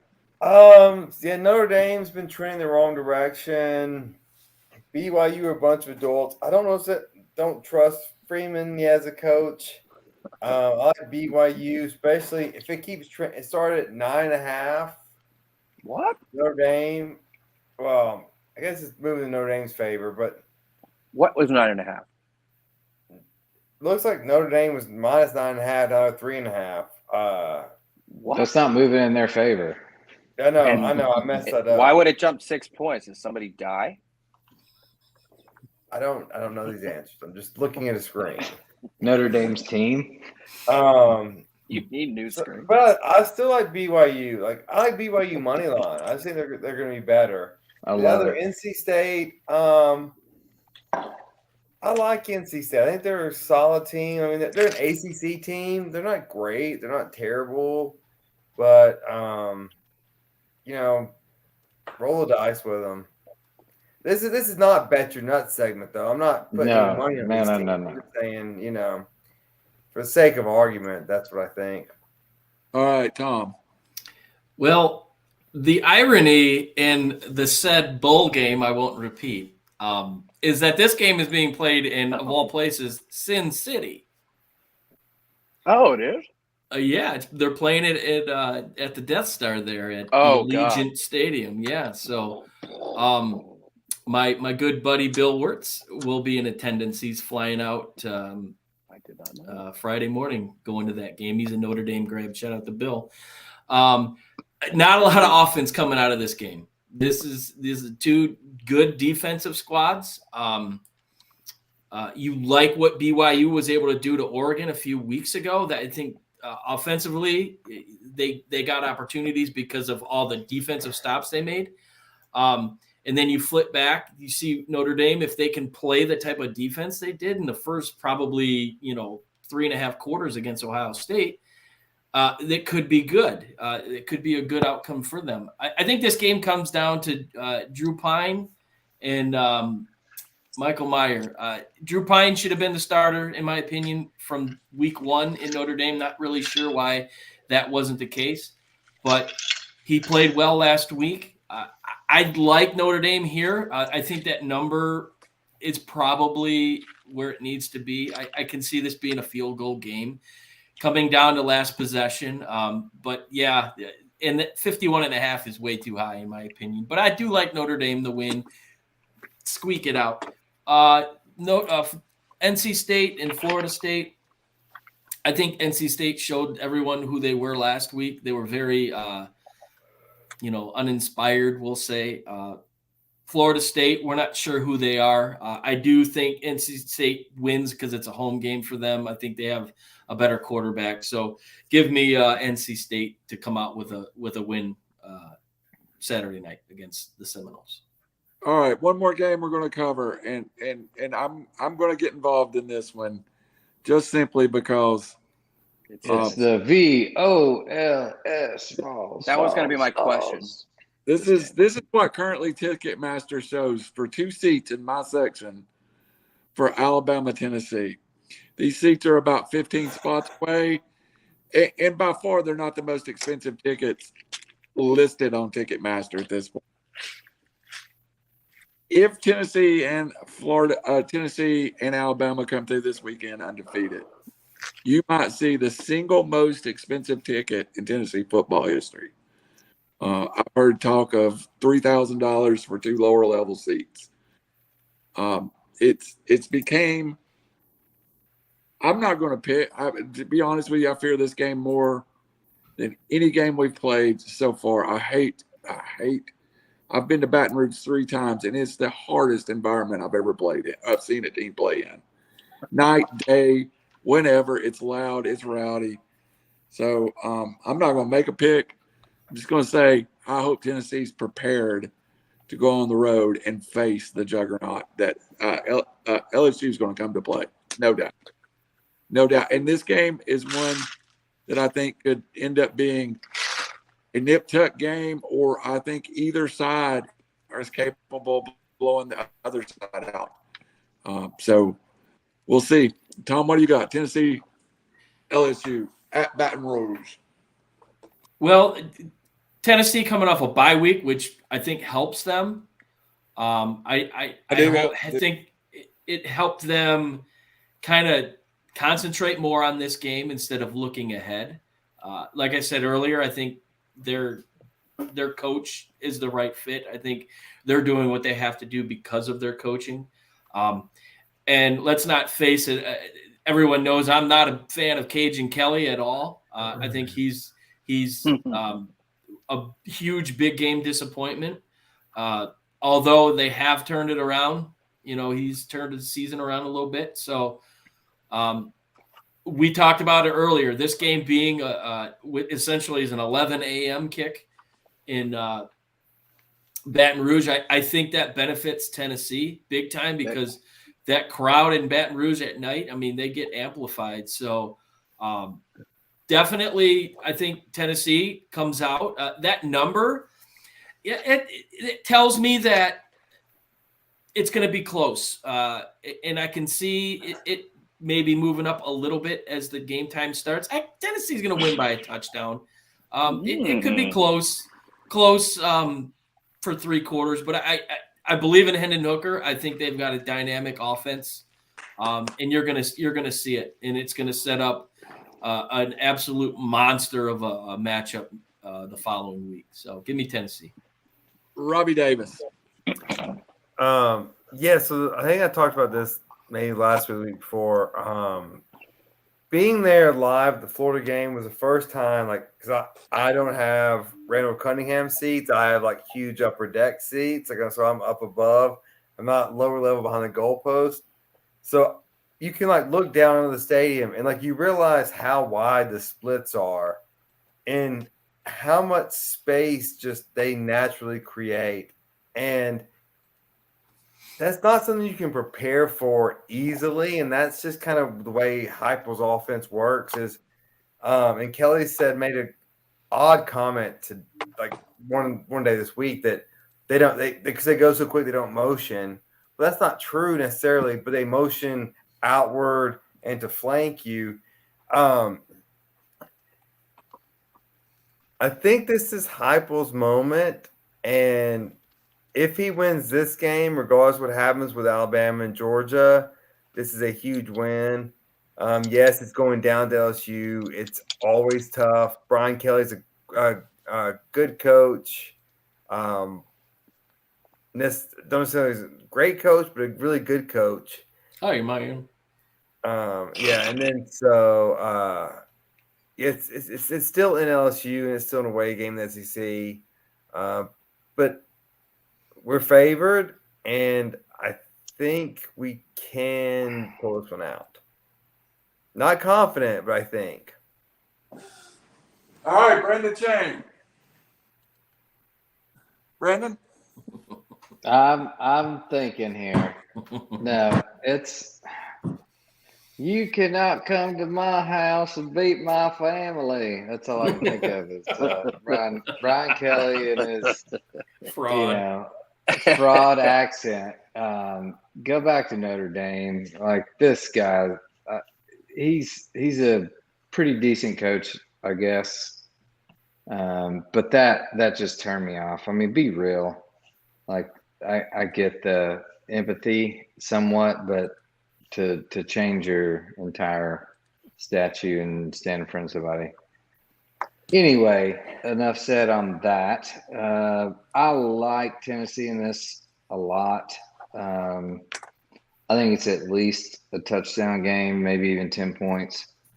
They're on a roll right now. LSU is a coin flip if they're going to show up or not. And that has to do with their coach, in my opinion. And the over is 65. And Tennessee's secondary is weak. I think Florida exposed that a little bit. I think Richardson had the best passing statistics he's had all year against Tennessee. However, they won that game because they are faster and better prepared on offense. They can score more points than you. And I will put them up against LSU, score more points, and I will take the over 65. All right, Raj. I really wanted to take LSU in this game, and not because it's Tennessee. I think Tennessee, Alabama, maybe there is SEC conspiracy, because if this is a night game, I'm all over LSU. But as it stands, I still think they're the bigger, stronger team, especially on defense, faster, I guess. But offensively, I just don't see them being able to contain that offense, that tempo, that quarterback, those receivers. It made me curious, though, because I was looking at the Arkansas game. Arkansas is a 10-point dog at Mississippi State. Mississippi State is suddenly like a world beater in many people's eyes. Yeah. And I also see the team that got beat by LSU a few weeks ago, 31-16. Granted, that game was at night in Baton Rouge, but I mean, LSU can, if they can grind you down, which they're going to try to do. Jaden Daniels is their leading rusher. They don't run the ball enough. They don't do anything enough on offense. But if they can hang around, that's a really dangerous game, especially with everyone naturally looking forward to Alabama. How can you not? I know it's Tennessee. I know that, much like my Trojans, we don't have the right to look past anybody right now. SC's got Wazoo this week. A very dangerous team. I think a lot of people know that. And Utah next. But if they're looking forward, they're dead. And it's the same with Tennessee. I think it's going to be an ugly game. In the end, I go with a senior quarterback, a veteran quarterback, to eke this one out, maybe on a late Chase McGrath kick. But don't sleep on LSU. And same token, unless Arkansas's got somebody hurt that I didn't know about, 10 points is a lot at Mississippi State. Mississippi State's not that good, man. But I think Tennessee got something sent from Greg Sankey or whoever the commissioner is from above as well to get this as a noon game, because it could have been really, really dangerous. Right now, it's not that dangerous for them. They're the better team. All right. Let's jump. I think y'all are all over it. I think y'all are all over it. Let's jump to NFL real quick, and I just want to do this one game in the NFL real fast, because I think these are the two teams that I'm most disappointed in the NFL this year, and it's on Thursday Night Football tomorrow night. The Colts at the Broncos. I felt like these were two legitimate Super Bowl contending teams that are coming into this game stumbling, And now the Colts have a beat-up, injured Jonathan Taylor. I like Denver maybe to win this football game outright. Raj, what's your take? And can one of these teams right the ship before the end of the year? Yeah. So you guys know I was in Oakland last week, Vegas, for the Raider game, and Denver's offense did not impress at all. Being said, they lost Javonte Williams for the year. That's a killer. And that's when we talked about this game. I mean, the two best players in this game are not playing, in Taylor and Williams. But both teams have defense, and both teams have brand new quarterbacks. Both teams can run the ball still. By the way, Melvin Gordon came in on his first carry, fumbled, and popped it up. It was a volleyball set return for a touchdown. So thanks, Melvin Gordon. But yeah, both of these teams are going to be fine. You know, it's so early in the year. They both have good veteran quarterbacks. They both have good offensive lines. They both can run the ball, and they both have defenses. So I wouldn't hit the panic button on either of these teams. Indianapolis is definitely in a more winnable division, although watch out for my Jaguars. But I think Denver does win this game. But I think both are going to, you know, if this game is in January, whoa, this could be a serious slugfest, especially if it were outside in the snow. But yeah, I'll take Denver, unfortunately, to bounce back. But I think both teams are going to be fine. All right, Shane. All right. Is this Russell's breakout game finally with the Broncos? I mean, we've all been waiting on this, right? Like the money he's gotten paid. Like, can he do it? Can he find his wide receivers? Now he's going to have to rely a little bit more on the passing game. Javante's out. Like Raj said, I agree. One of the best players on the field, if not the best, on that offense. I don't know. We'll see. That's what's going to be fun to watch. The Colts have not impressed me whatsoever. I know statistically they have a good defense. They just haven't really showed much to me. It's early. Yes, it's the NFL. Things can change daily. I think it's going to be a pillow fight. I really do. I think it's going to be a pillow fight. I think it's going to be I don't 13 to 12. Yeah, something of that nature, like maybe 9 to 13 or something. Like it's not going to be pretty. Russell will scramble and throw it out of bounds, and then they'll punt and kick a field goal. McManus will make a 62-yarder to win the game. So I'd take the Broncos probably, but I mean, this is not a highlight game to watch. Robbie. So this is where the NFL gets us every single year. We focus on fantasy football, and we focus on these studs and these playmakers. That's not what wins football games. It's the Von Millers switching positions, and we still gamble and we still think about, oh, what was last year's team when they changed completely over. Hell, I've lost more money betting on the Rams this year because they won the Super. They suck this year though, and it's like, but that's our mind thinks this way. And I think you lost more money betting on NASCAR, actually. But go ahead. Sorry. Did you not see my Chase Elliott pick? No one saw your Chase Elliott. Hey, that was plus 1,200, my friends. Did you make it all back? Hey, that's not a lot of money to most. That's not a lot of money to most of you folk. That's a lot of money to me. Sorry. So this is what happens: is we start thinking about what Russell Wilson was in Seattle.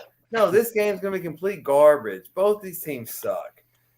This is just for the degenerate gamblers. Yes, I'll be betting, and I'm going to take the points, whatever it is, because these teams both suck. And we can't stop living in the past. We have to live what's right now, and these teams both suck. Tennessee fan just said we got to stop living in the past. Yeah,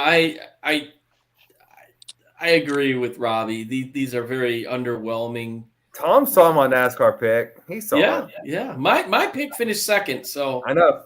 Did you see the end of the race? It was fantastic. I was talking about a pillow fight. I saw the highlights. I was not home. My pick did better than your. I was at the debacle in Ford Field with the Lions, so I also a train wreck. Yeah, exactly. Oh yeah. I think we're, as football fans, we're all starting to really realize why Seattle had no desire whatsoever to bring back Russell Wilson. And Denver threw $250 million at him, which is a complete farce. This game's going to come down to who can protect the football. Both defenses are solid. Denver, they do well. Colts are missing Shaq Leonard again this weekend. It's a big blow to them. I don't trust Nathaniel Hackett as a head coach. He's made a lot of blunders, and I don't think he has put Russell in the right position in many situations. I think they need to call plays that utilize his legs a lot more, and they just haven't done that. They have a really good receiver room, which is going to have to be the key cog to this game. So Denver's going to win. It's going to be a punt fest. That over-under is sitting at 42.5. That just tells you how much faith Vegas has in this game. It'll be I'm turning on Dateline by halftime kind of a game. Give me the Broncos. All right, guys, great show. I think you're all over it.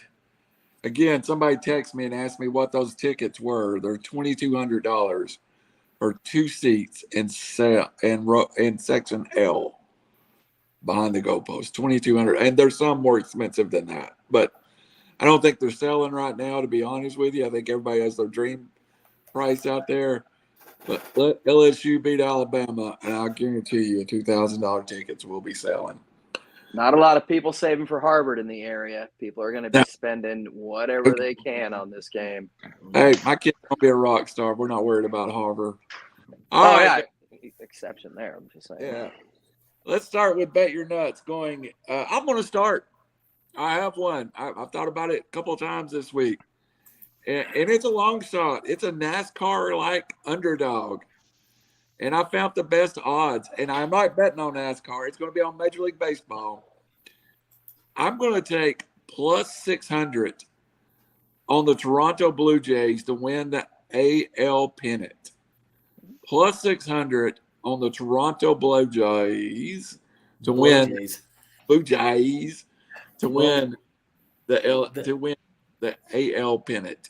That is I looked reckless. at them hard as well. No, I looked at that hard. They have innings eaters, big lineup, decent pen, good draw. And they've got their quiet, and they've got stretched their starters. Anyway, that's boring baseball talk, as Robbie said. Raj, you go ahead with yours. Me check notes, see who Toronto plays. Hey. Looking at this. You pick Toronto? Hey, Jimmy the Greek, I like your pamphlets over there. Speaking of Jimmy the Greek, asking the two SEC guys, the two lines that are curious about real quick, Randall, especially to you. Arkansas plus 10 at Mississippi State, I mentioned. Ole Miss only 17 at Vandy.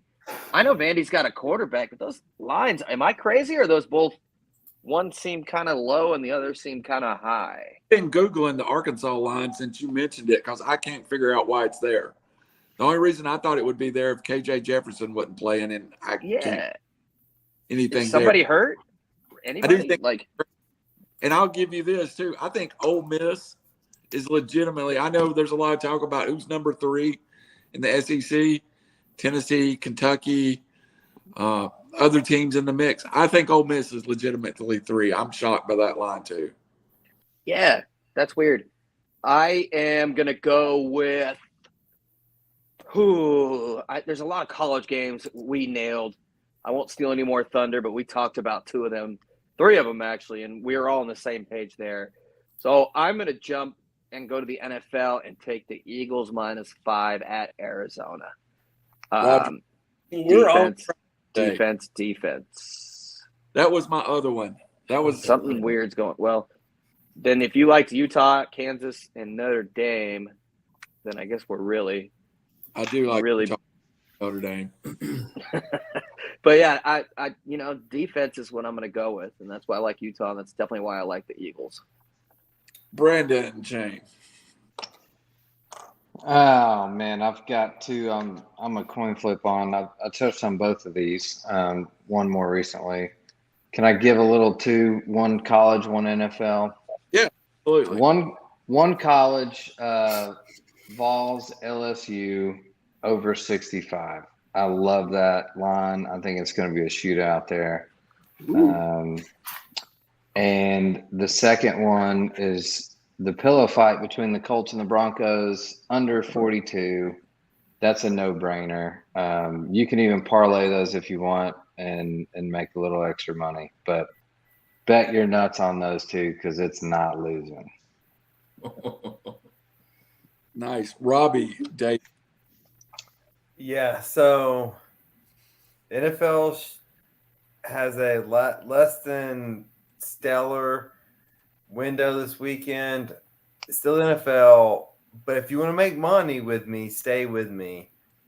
So it's Charlotte Motor Speedway this weekend, the Roval. So it's a 17-turn NASCAR track. So turning both ways. So you have Chase Elliott, who's a favorite, is plus 500. Chase Elliott's the best NASCAR driver at the moment, but this is a best driver course. So Kyle Larson is plus 800. He won last year. Chevys have won the last 3 years. I think a Chevy's going to win. So I think it's going to be Elliott or Larson. I'm going to take plus 800 or plus 500, even though I love Chase Elliott and I have him to win the championship. It's plus 7,500. I'm going to take Larson for tomorrow or for Sunday. And so Larson plus 800, boys. Lock it down. Bet it. I think he's going to win. Wait, 17 turns? You sure that's not Formula One? It's a road course. It's Sort of. Oh. It's sort of is. Is this the one in Wisconsin? No, it's in Charlotte. You said that. So all these courses can be reconfigured. So it's a big oval, but you can do them all road courses in between. Have It's you like been listening to me? Do all those count last towards 2 the years? points cup, the Federal Express? No, when you say NASCAR, Raj puts it on mute and doesn't talk to you. I'm curious. I don't Look know. it up. I'm trying to. Bank of America Roval 400. So if you take a live look in at my research doing on NASCAR this week, you'll see I think the race will be decided in the pits. So bet Kyle Larson. That's my analysis. That's my deep NASCAR analysis for this week. Is that the new QB1 NFT? Is that what you're unveiling? That's right. If you want to send me $1 million, I'll draw you a month. All right. In the pit. Well, I'm gonna go to the NFL with my pick this week, and we're gonna go over to the pond. We're gonna cross the pond. We got the New York Football Giants playing the Green Bay Packers, and I don't think the NFL or Vegas has any love for the Giants. I think they're surprising a lot of people. Think Saquon Barkley, who is aren't they third string quarterback though? My guy. That I'm not sure. That's why I think the spread was only 8. That's why I think. Oh, they're both questionable, Jones and Taylor. That's why. Taylor should have slid and got his bell rung. That's right. But, I think Saquon Barkley makes all the difference in the world, and the record definitely shows it. He's doing well on my 4-0 fantasy football team, but we won't go there anyway. So in this game, Green Bay has not really, they're 3-1, but who are they?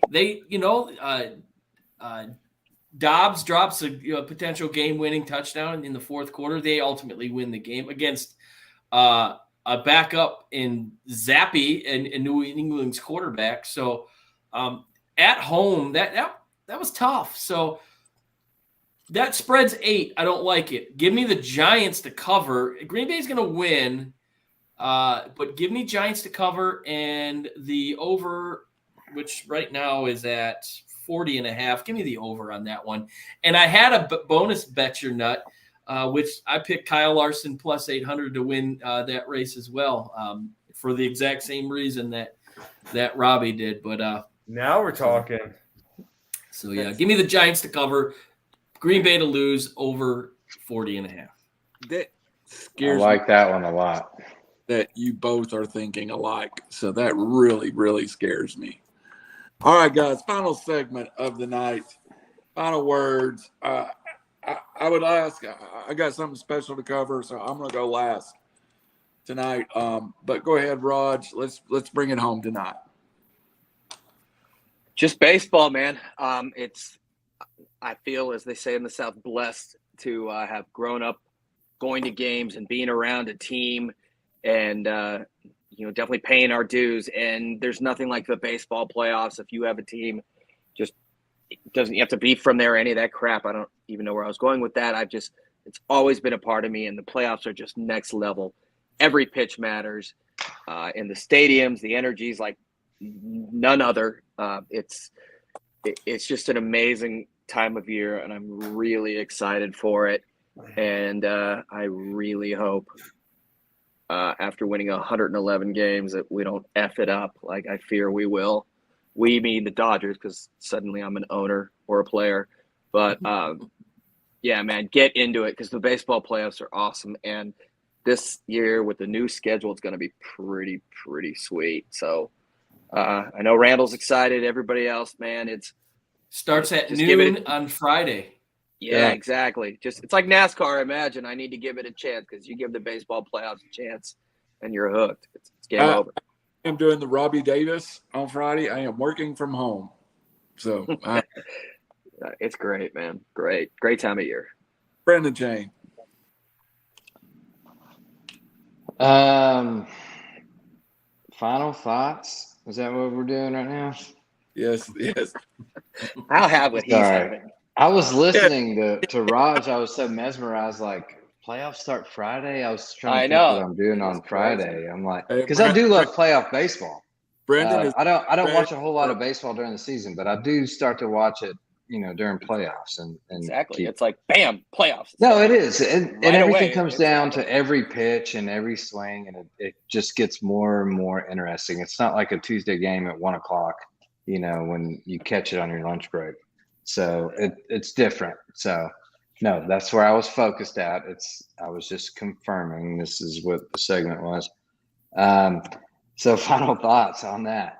I will actually be tuning into some baseball this weekend to watch the playoffs start. I'm excited. Good for the Braves. I'd like to see them, make it. Love to see the Braves Dodgers rematch. Love to. That would be great. I still think Houston might take it on that side, but you guys are all on the Blue Jays, so maybe I need to do a little bit more research on these guys and check it out. So Houston's the overwhelming favorite, Houston and the Yankees. So it's just teams that Randall and I like. Yeah, Yankees for playoff reasons. Just for lack of being Yankees, I'm not even putting them on the board. Like, I don't even like them. They'll mess it up, dude. They usually do. Yeah, they have too big of a payroll. There'll be more runs. Sorry. No, you're your good. pillow fight though. Total runs. It's gonna in that first playoff game in baseball is gonna be more than the Colts and Broncos. Total. Right.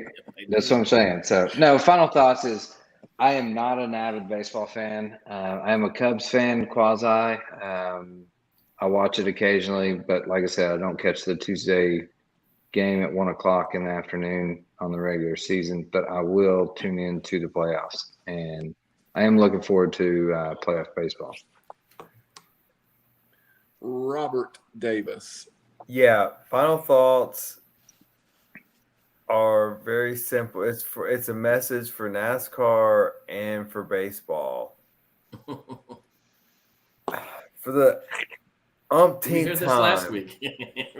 Don't have your playoffs during football season. Like, just don't. Like, just stop it. Like, over and over again. Like, you know how awesome it'd be if the baseball playoffs, the World Series, were before Labor Day and we could watch them without having interruption? Like, look, I'm sorry. I try to watch the baseball playoffs, and I will. But if football's on, I'm watching football. NASCAR, same thing. Just adapt your schedule to the times. The deciding games of any of these first rounds are all Sunday. If they go in the wild card, they'd all be going up against NFL football. And they're all going to get destroyed by NFL. Oh, yeah, absolutely. Yeah. Mhm. And it's so stupid. It's so preventable. You have half the calendar. Don't do it. Like, it drives me crazy. Just make me commissioner of the scheduling. Friday will be fun though. Yep. Not so much. And they say they're trying to line it up for later in the playoffs potentially, but you have the whole calendar. It's already too long. Just give it a day. Play the games Monday if you have to during the day. I mean, Tuesday, Tuesday and Wednesday, days. play the games and then give them rest. And Tuesday, Wednesday, and you'll get huge ratings. It will more than benefit. Oh, there's nothing on Tuesday, Wednesday. Everyone would be up watching. Yes, even Thursday night pillow baseball fights, dude. I would watch baseball over the Colts and Broncos. Yeah. All right, Tom. Well, I'm gonna take it a little different approach this week with my it's gonna be last positive. words. not positive. We're gonna go back to Monday Night Football, and the idiot that decided to run on the field, and Bobby Wagner decided to plant his blood all over what was it, the 30-yard line. Good for Bobby Wagner. That clown filed a police report against Bobby Wagner for what he did. And my question is this. What are the odds or the chances that anything's going to come out of this, considering he committed a crime by running out of the field? Did Bobby Wagner target him, we'll say? Absolutely. But I don't see a crime in that. He was just helping out the security, one of which who blew a knee out on the other side of the field. If you watch the playback, there's a security guard that had he was dressed all in black, and he went to make a cut and boom, blows out his knee. So that was a ramification of that play. But how can you Scope literally of employment, right, Rob? think that you're going to file a complaint on an NFL player when you run out on their field and you get lambasted? So he's my idiot of the week. Definitely. I don't see anything coming out of this, but it's lunacy in my opinion. There's a loophole there. There's a window. To answer your question, Tom, it's called an affirmative defense, and it's an assumption of risk. If you do something that is inherently dangerous, such as running in onto a field of football players playing football, and you get tackled, you assume the risk, which means they cannot be held liable. So this is a publicity stunt. Yeah. From that lawyer should, in my opinion, and I don't know all the facts, but on its face, sanctions should be on the table because that's a frivolous lawsuit. That's an assumption of risk defense 100 times out of 100. That's why I wanted to bring it up, because I knew you would have an explanation. And one more thing, the Preds dropped the puck Friday afternoon at 2 p.m. in Sweden against the San Jose Sharks, game 1, and then game 2 on Saturday. NHL season is here. I know not many people want to talk about it, but I am. No, I love hockey. Yeah, I love watching games in Nashville. How are you a Predators fan? You live in Detroit. I have family that lives down there, and when the Red Wings. Hey, we welcome all Preds fans. When the Red Wings decided to not, when the Red Wings decided to not be the Red Wings anymore, there's nothing better than NHL playoffs. And I took to the Predators. I've been to a Predator playoff game. It's awesome. I love it. Yeah, during their run, that place was going to explode. Did you throw a catfish? I needed Kleenex. I was up way too high. I couldn't throw a catfish. All right, guys. I want to just quickly touch on something. Last Thursday night, we lost a football player from the school that I cover. Austin Moffett was a 22 graduate. He was a linebacker on our football team for 4 years. His girlfriend was with him, Alexis McCain. It has been a terrible, sad week in our community where I work and cover sports. But I'm tired of being sad. I've saw courage from 15, 16, 17-year-old kids last Friday night that I want to celebrate. After finding out their friend had passed in a tragic car wreck, they went out on the field, including his brother, Caleb. And Caleb swapped jerseys with another kid, Sam Evans, who's our backup quarterback, so he could wear Austin's number 8. So Austin's little brother, Caleb, walked on the field last Friday night, hours after his brother was killed in a tragic accident, and played a football game. These two young people, when it first happened, I went to the Twitter, and I don't know why I went to Austin's Twitter account, and I read the things that Austin had posted on his Twitter account. He was an incredible young man, and he believed in an afterlife, and that's where he's at right now. And today they buried Austin. Tuesday they buried Alexis. Both of those families could use your help. There are GoFundMes on RiverCity-Media if somebody would like to give to offset funeral expenses. Tomorrow night we are doing the Middle High Championship game. So Friday there is no high school football game. Friday they're doing a barbecue fundraiser at the high school football stadium for Austin in a silent auction. I don't want to make this sad anymore because this young man in 18 years lived a life, got an education, met a beautiful girl and was going to marry her, I assume, at some point, was a football star. Last year during our biggest rivalry game, when the game was on the line, he made 3 incredible defensive plays that changed the whole outcome of the game. So we like to destroy the youth of this country and tell them they're all useless, they're all this, they're all that. I know a community that has some of the finest young men and women in the world in it, and I saw their example this week, and they inspire me to be a better man.